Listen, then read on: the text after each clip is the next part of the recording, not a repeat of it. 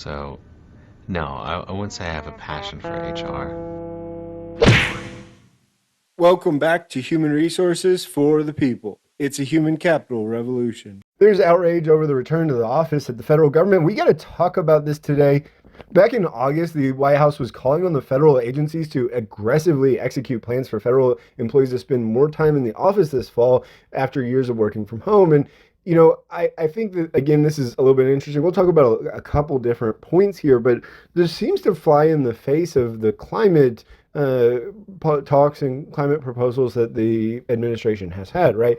But we do know that work from home is better. It reduces the driving, it reduces the commute time, and as a result, reduces our reliance on fossil fuels, which is why the Inflation Reduction Act of last year, or of 2 years ago, I think. Now, wow, no, last year. Why that one had the electric vehicle subsidies and other payments that went to different things, is that we were looking for a reduction of carbon fuels, but the White House has decided to push the feds to return to the office. And this has sparked a bit of controversy, especially on the union front. So for example, the National Science Foundation drew negative attention from its own union because they made a return to office announcement on in mid-July before actually meeting and conferring with the union, the American Federation of Government Employees.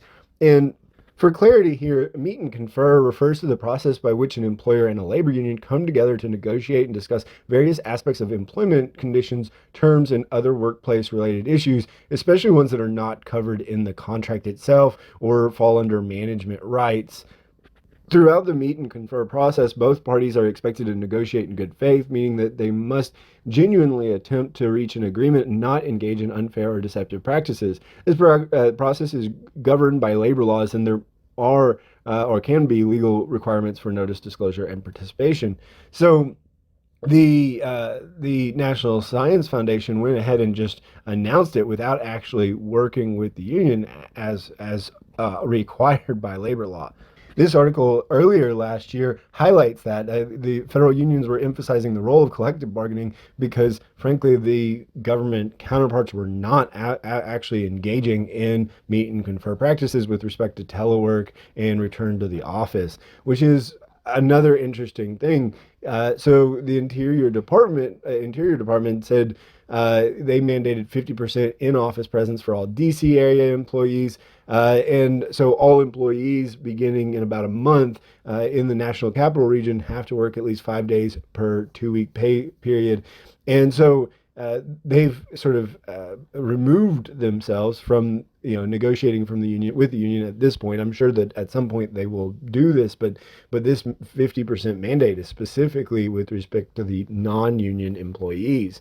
Right now, about 2/3 of federal employees are still teleworking at least occasionally, and about 90% of the positions of the Department of Interior are telework eligible as of 2022 from the Office of Personnel Management.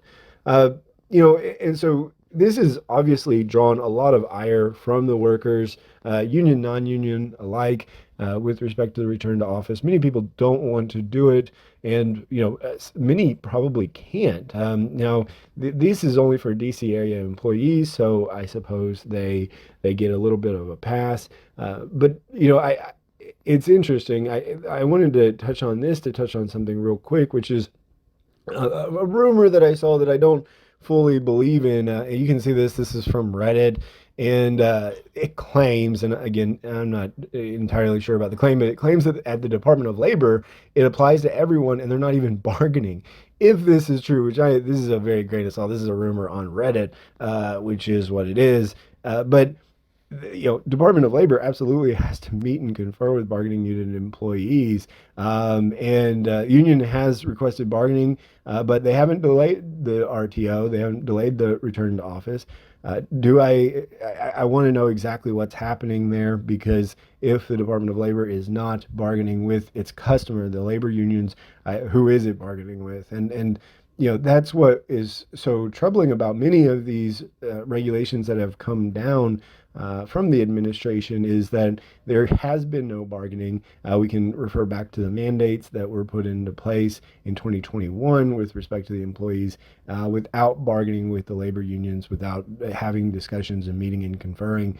The Department of Labor could receive an unfair labor practice charge from the National Labor Relations Board, which would be pure comedy. Let me know what you think. Are you What do returning you to the think about office today's video? anytime soon? Please comment What do you down think about the below. federal government Like, returning? share, Let me and know in the comments down subscribe. below. It Like, really share, and helps subscribe, and we'll see out. you on the next video. And Bye, I'll guys. see you on the next one. Bye, guys.